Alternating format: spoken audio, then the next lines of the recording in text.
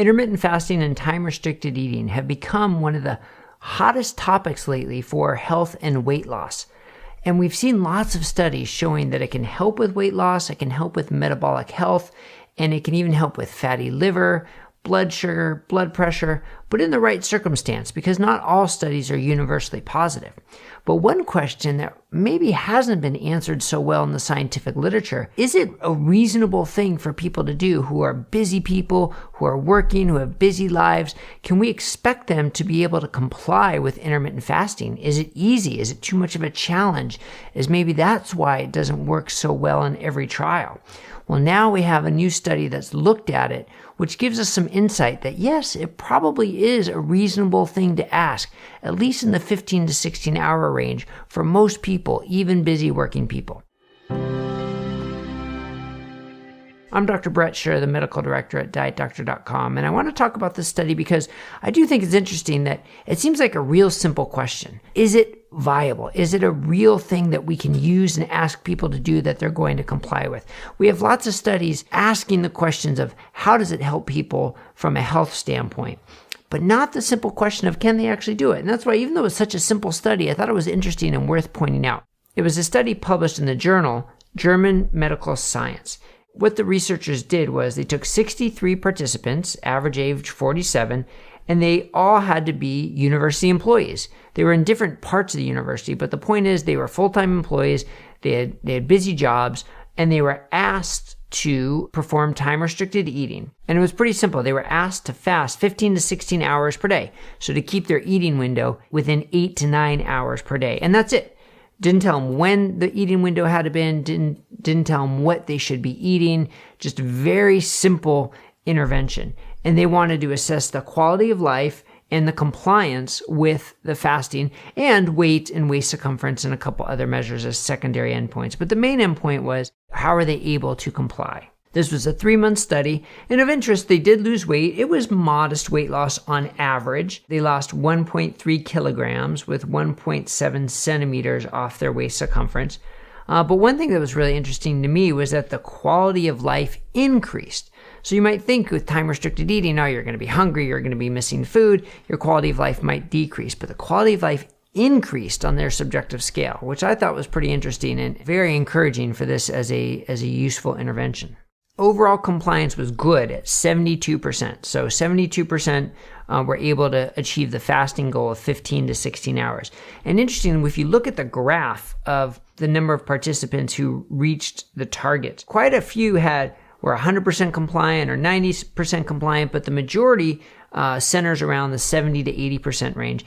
And the mean fasting time, again, the majority center around the 15 to 16 hour range, with some going out to 18 and some down to 14. So one take home for me suggests that maybe that 15 to 16 hour range is the best for compliance for busy people. It's hard to say whether 18 is better than 16, better than 14. There's some conflicting data with that. But based on this study, you might say if you're working with somebody who's really, who's a busy working person, or if that describes you and you're looking to do time-restricted eating, maybe that 15, 16-hour window is best for compliance. Now, the other data, the weight loss, the waist circumference changes, those were pretty modest. A 1.3 kilogram weight loss over 3 months with 1.7 loss of waist circumference.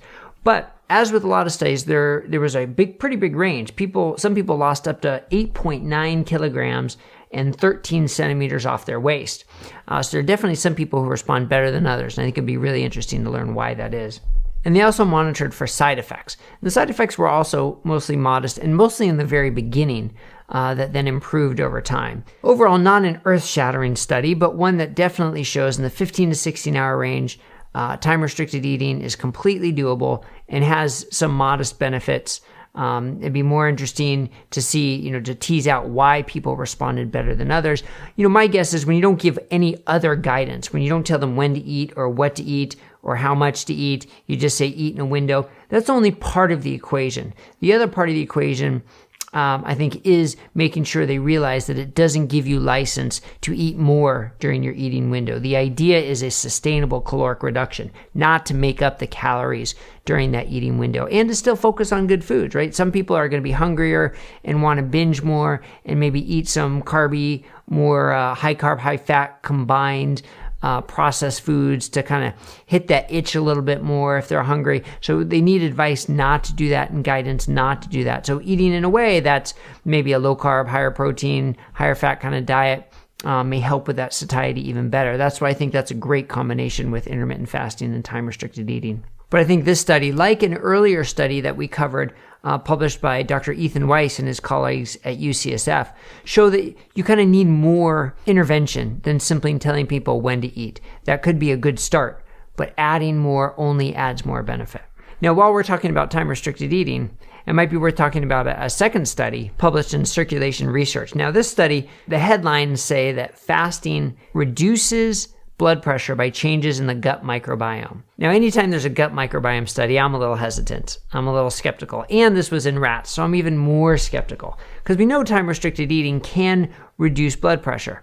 Now, I figured it's from reducing insulin, reducing weight, being the two main factors. With this study saying it can be because of changes in the gut microbiome, it was actually fairly interesting. I mean, they took fasting rats and rats fed every day. They took their gut microbiome and transplanted it into rats that didn't have a gut microbiome. And those who received the gut microbiome from the fasting rats had lower blood pressure than those who received the microbiome from the eating rats, that rats who ate every day, which is a little crazy to me. Like, it doesn't quite make sense. So I don't know what to make of this study, but I thought it was interesting nonetheless to say maybe there are things we don't understand yet about fasting that we're going to continue to learn more about. Personally, I still am going to focus on the weight loss, the metabolic health, the insulin resistance. I think that's got the biggest component, more so than the microbiome. But based on this study, it might be interesting to see what comes next.